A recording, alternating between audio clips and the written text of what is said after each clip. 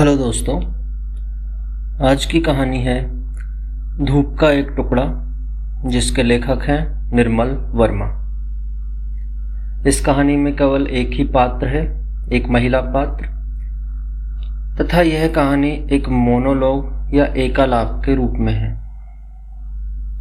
तो आइए कहानी को शुरू करते हैं। क्या मैं इस बेंच पर बैठ सकती हूँ? नहीं, आप उठिए नहीं, मेरे लिए यह कोना ही काफी है। आप शायद हैरान होंगे कि मैं दूसरी बेंच पर क्यों नहीं जाती। इतना बड़ा पार्क, चारों तरफ खाली बेंचें, मैं आपके पास ही आकर क्यों धंसना चाहती हूँ। आप बुरा ना माने तो एक बात कहूँ, जिस बेंच पर आप बैठे हैं वह मेरी है। जी हाँ, मैं यहाँ रोज बैठती हूँ। नहीं, आप गलत ना समझें, इस बेंच पर मेरा कोई नाम नहीं लिखा है। भला म्यूनिसिपैलिटी की बेंचों पर कैसा नाम। लोग आते हैं, घड़ी दो घड़ी बैठते हैं और फिर चले जाते हैं। किसी को याद भी नहीं रहता कि फला दिन फला आदमी यहां बैठा था। उसके जाने के बाद बेंच पहले की तरह ही खाली हो जाती है।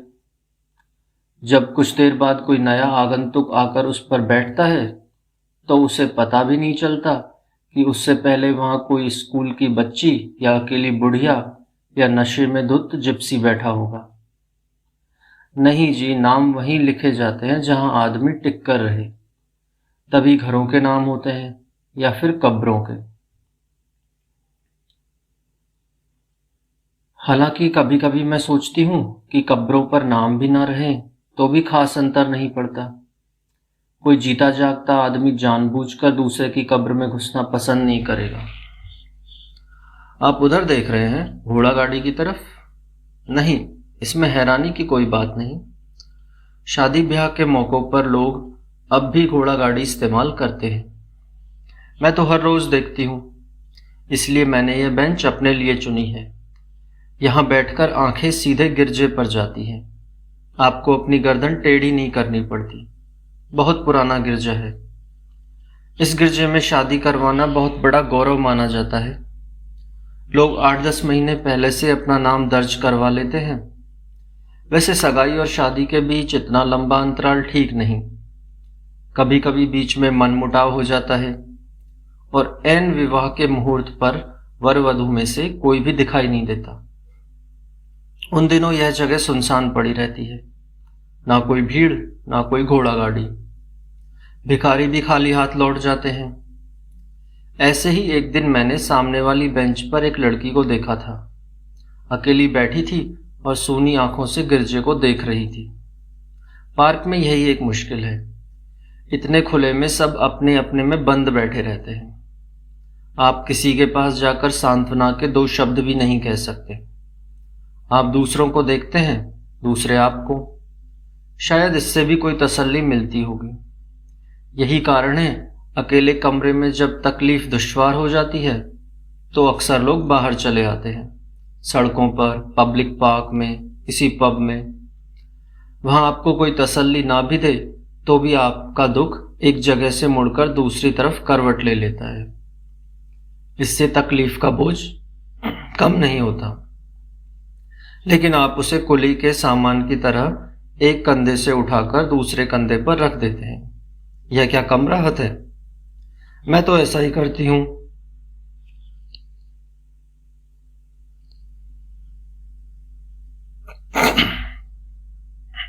सुबह से ही अपने कमरे से बाहर निकल आती हूं। नहीं, आप गलत ना समझे, मुझे कोई तकलीफ नहीं। मैं धूप की खातिर यहां आती हूं। आपने देखा होगा, सारे पार्क में सिर्फ यही एक बेंच है जो पेड़ के नीचे नहीं है। इस बेंच पर एक पत्ता भी नहीं झड़ता। फिर इसका एक बड़ा फायदा यह भी है कि यहां से मैं सीधे गिरजे की तरफ देख सकती हूं। लेकिन यह शायद मैं आपसे पहले कह चुकी हूं। आप सचमुच सौभाग्यशाली हैं। पहले दिन यहां आए और सामने घोड़ा गाड़ी। आप देखते रहिए, कुछ ही देर में गिरजे के सामने छोटी सी भीड़ जमा हो जाएगी। उनमें से ज्यादातर लोग ऐसे होते हैं जो न वर को जानते हैं न वधू को, लेकिन एक झलक पाने के लिए घंटों बाहर खड़े रहते हैं। आपके बारे में मुझे मालूम नहीं, लेकिन कुछ चीजों को देखने की उत्सुकता जीवन भर खत्म नहीं होती। अब देखिए, आप इस पेरम्बुलेटर के आगे बैठे थे। पहली इच्छा यह हुई झांक कर भीतर देखूं, जैसे आपका बच्चा औरों से अलग होगा। अलग होता नहीं, इस उम्र में सारे बच्चे एक जैसे ही होते हैं, मुंह में चूसनी दबाए लेटे रहते हैं। फिर भी जब मैं किसी पेरम्बुलेटर के सामने से गुजरती हूँ तो एक बार भीतर झांकने की जबरदस्त इच्छा होती है। मुझे यह सोचकर काफी हैरानी होती है कि जो चीजें हमेशा एक जैसी रहती हैं, उनसे ऊबने के बजाय आदमी सबसे ज्यादा उन्हीं को देखना चाहते हैं। जैसे प्रेम में लेटे बच्चे या नवविवाहित जोड़े की घोड़ा गाड़ी या मुर्दों की अर्थी। आपने देखा होगा, ऐसी चीजों के इर्द गिर्द हमेशा भीड़ जमा हो जाती है। अपना बस हो या ना हो, पांव खुद ब खुद उनके पास खींचे चले आते हैं। मुझे कभी कभी यह सोचकर बड़ा अचरज होता है कि जो चीजें हमें अपनी जिंदगी को पकड़ने में मदद देती हैं, वे चीजें हमारी पकड़ के बाहर हैं। हम न उनके बारे में कुछ सोच सकते हैं, न किसी दूसरे को बता सकते हैं। मैं आपसे पूछती हूँ, क्या आप अपनी जन्म की घड़ी के बारे में कुछ याद कर सकते हैं, या अपनी मौत के बारे में किसी को कुछ बता सकते हैं, या अपने विवाह के अनुभव को हूबहू अपने भीतर दोहरा सकते हैं? आप हंस रहे हैं। नहीं, मेरा मतलब कुछ और था। कौन ऐसा आदमी है जो अपने विवाह के अनुभव को याद नहीं कर सकता? मैंने सुना है कुछ ऐसे देश हैं जहां जब तक लोग नशे में धुत नहीं हो जाते तब तक विवाह का फैसला करने नहीं करते, और बाद में उन्हें उसके बारे में कुछ याद नहीं रहता। नहीं जी, मेरा मतलब ऐसे अनुभव से नहीं था। मेरा मतलब था, क्या आप उस क्षण को याद कर सकते हैं जब आप एकाएक यह फैसला कर लेते हैं कि आप अलग न रहकर किसी दूसरे के साथ रहेंगे जिंदगी भर? मेरा मतलब है, क्या आप सही सही उस बिंदु पर उंगली रख सकते हैं जब आप अपने भीतर के अकेलेपन को थोड़ा सा सरका कर किसी दूसरे को वहां आने देते हैं? जी हाँ, उसी तरह जैसे कुछ देर पहले आपने थोड़ा सा सरक कर मुझे बेंच पर आने दिया था, और अब मैं आपसे ऐसे बातें कर रही हूं मानो आपको बरसों से जानती हूं। लीजिए, अब 2-4 सिपाही भी गिरजे के सामने खड़े हो गए। अगर इसी तरह भीड़ जमा होती गई तो आने जाने का रास्ता भी रुक जाएगा। आज तो खैर धूप निकली है, लेकिन सर्दी के दिनों में भी लोग ठिठुरते हुए खड़े रहते हैं। मैं तो बरसों से यह देखती आ रही हूं। कभी कभी तो यह भ्रम होता है कि 15 साल पहले मेरे विवाह के मौके पर जो लोग जमा हुए थे वही लोग आज भी हैं। वही घोड़ा गाड़ी, वही इधर उधर घूमते हुए सिपाही, जैसे इस दौरान कुछ भी नहीं बदला है। जी हाँ, मेरा विवाह भी इसी गिरजे में हुआ था, लेकिन यह मुद्दत पहले की बात है। तब सड़क इतनी चौड़ी नहीं थी कि घोड़ा गाड़ी सीधे गिरजे के दरवाजे पर आकर ठहर सके। हमें उसे गली के पिछवाड़े रोक देना पड़ा था, और मैं अपने पिता के साथ पैदल चलकर यहां तक आई थी। सड़क के दोनों तरफ लोग खड़े थे और मेरा दिल धुक धुक कर रहा था कि कहीं सबके सामने मेरा पांव ना फिसल पड़े। पता नहीं वे लोग अब कहाँ होंगे जो उस रोज भीड़ में खड़े मुझे देख रहे थे। आप क्या सोचते हैं, अगर उनमें से कोई आज मुझे देखे तो क्या पहचान सकेगा कि बेंच पर बैठी वह अकेली औरत वही लड़की है जो सफेद पोशाक में 15 साल पहले गिरजे की तरफ जा रही थी? सच बताइए, क्या पहचान सकेगा? आदमियों की तो बात मैं नहीं जानती, लेकिन मुझे लगता है कि वह घोड़ा मुझे जरूर पहचान लेगा जो उस दिन हमें खींच कर लाया था। जी हाँ, घोड़ों को देखकर मैं हमेशा हैरान रह जाती हूँ। कभी आपने उनकी आंखों में झांक कर देखा है? लगता है जैसे वे किसी बहुत ही आत्मीय चीज से अलग हो गए हैं, लेकिन अभी तक अपने अलगाव के आदी नहीं हो सके हैं। इसलिए वे आदमियों की दुनिया में सबसे अधिक उदास रहते हैं। किसी चीज का आदी न हो पाना, इससे बड़ा और दुर्भाग्य कोई नहीं। वे लोग जो आखिर तक आदी नहीं हो पाते, या तो घोड़ों की तरह उदासीन हो जाते हैं, या मेरी तरह धूप के एक टुकड़े की खोज में एक बेंच से दूसरे बेंच का चक्कर लगाते रहते हैं। क्या कहा आपने? नहीं, आपने शायद मुझे गलत समझ लिया। मेरे कोई बच्चा नहीं, यह मेरा सौभाग्य है। बच्चा होता तो शायद मैं कभी अलग नहीं हो पाती। आपने देखा होगा, आदमी और औरत में प्यार ना भी रहे तो भी बच्चे की खातिर एक दूसरे के साथ जुड़े रहते हैं। मेरे साथ कभी ऐसी रुकावट नहीं रही। हम लिहाज से मैं बहुत सुखी हूं। अगर सुख का मतलब है कि हम अपने अकेलेपन को खुद चुन सकें, लेकिन चुनना एक बात है, आदी हो सकना बिल्कुल दूसरी बात। जब शाम को धूप मिटने लगती है तो मैं अपने कमरे में चली जाती हूँ, लेकिन जाने से पहले मैं कुछ देर उस पब में जरूर बैठती हूँ जहां वह मेरी प्रतीक्षा करता था। जानते हैं उस पब का नाम? बोनापार्ट। जी हाँ, कहते हैं जब नेपोलियन पहली बार इस शहर में आया तो उस पब में बैठा था, लेकिन उन दिनों मुझे इसका कुछ पता नहीं था। जब पहली बार उसने मुझसे कहा कि हम बोनापार्ट के सामने मिलेंगे, तो मैं सारी शाम शहर के दूसरे सिरे पर खड़ी रही जहां नेपोलियन घोड़े पर बैठा है।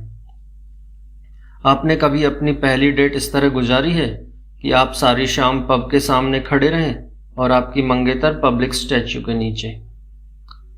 बाद में जो उसका शौक था वह मेरी आदत बन गई। हम दोनों हर शाम कभी उस जगह जाते जहां मुझे मिलने से पहले वह बैठता था, या उस शहर के उन इलाकों में घूमने निकल जाते जहां मैंने बचपन गुजारा था।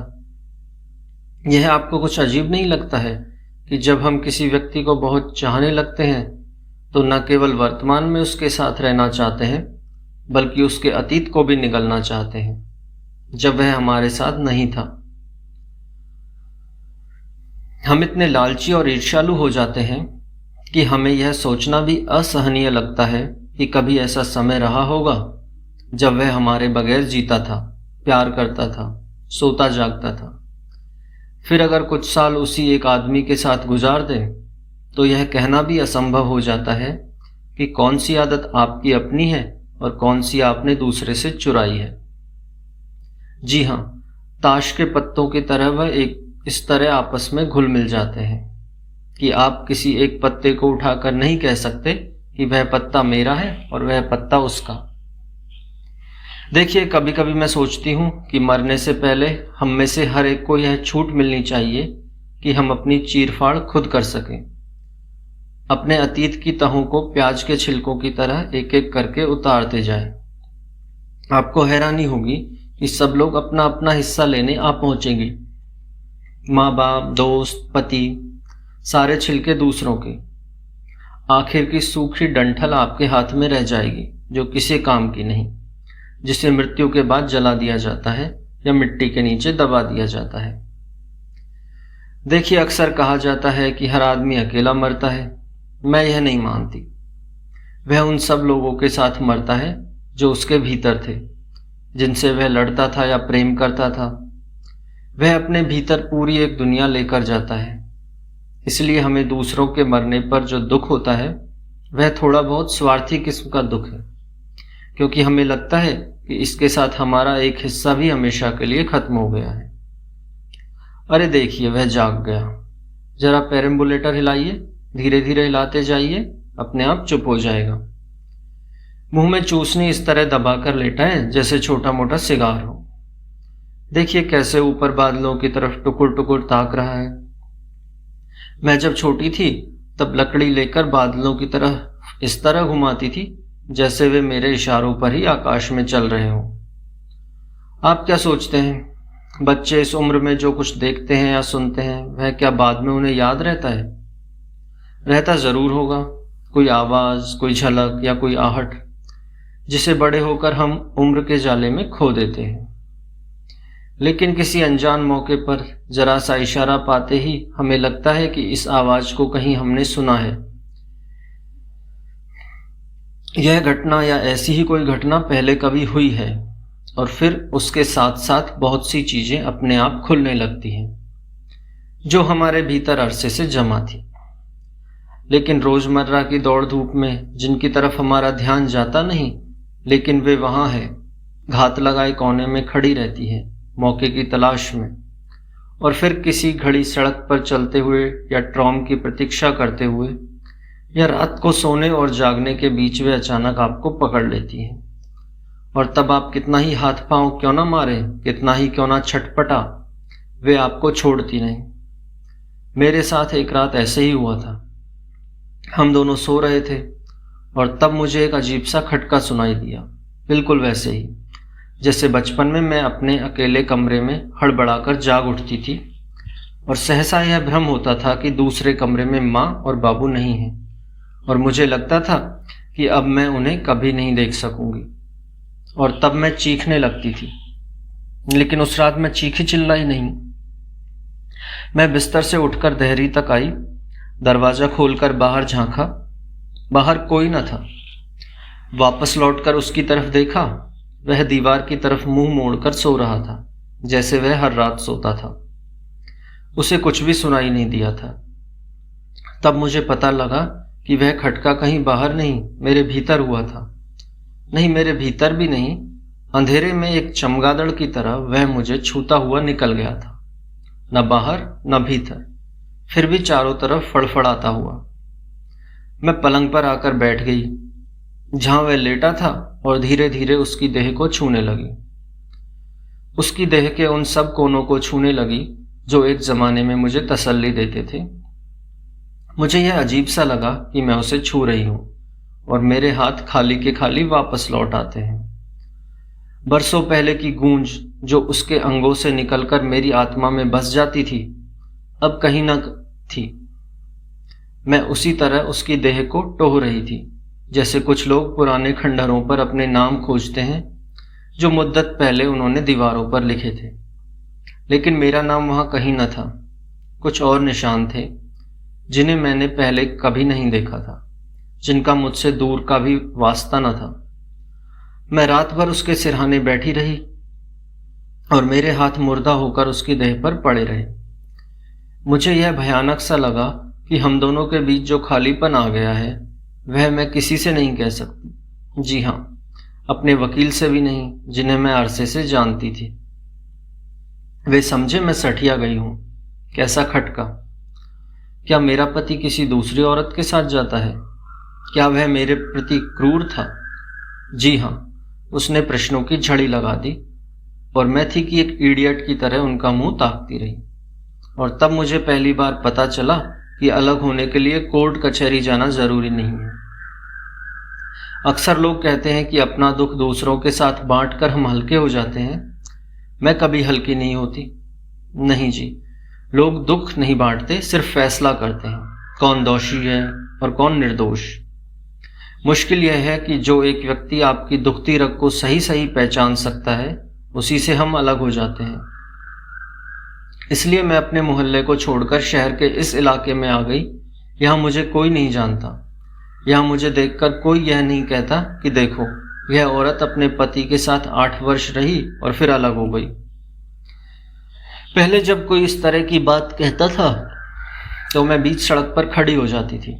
इच्छा होती थी कि लोगों को पकड़कर शुरू से आखिर तक सब कुछ बताऊं। कैसे हम पहली शाम अलग अलग एक दूसरे की प्रतीक्षा करते रहे थे, वह पब के सामने, मैं मूर्ति के नीचे। कैसे उसने पहली बार मुझे पेड़ के तने से सटाकर चूमा था। कैसे मैंने पहली बार डरते डरते उसके बालों को छुआ था।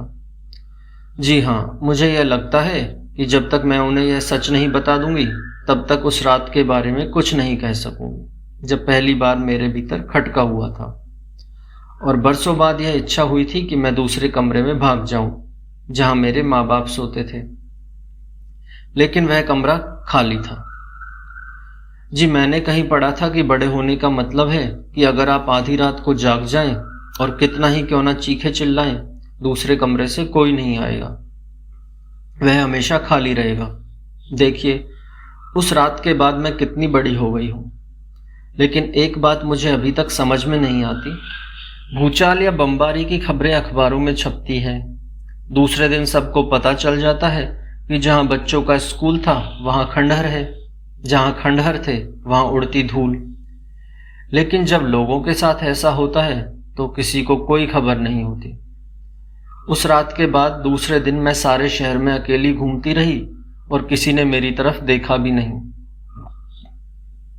जब मैं पहली बार इस पार्क में आई थी, इसी बेंच पर बैठी थी जिस पर आप बैठे हैं। और जी हाँ, उस दिन मुझे बहुत आश्चर्य हुआ कि मैं उसी गिरजे के सामने बैठी हूं जहां मेरा विवाह हुआ था।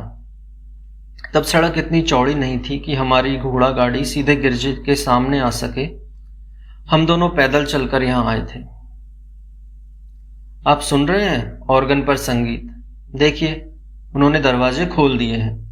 संगीत की आवाज यहां तक आती है। इसे सुनते ही मुझे पता चल जाता है कि उन्होंने एक दूसरे को चूमा है, अंगूठियों की अदला बदली की है। बस अब थोड़ी सी देर और है, वे अब बाहर आने वाले हैं।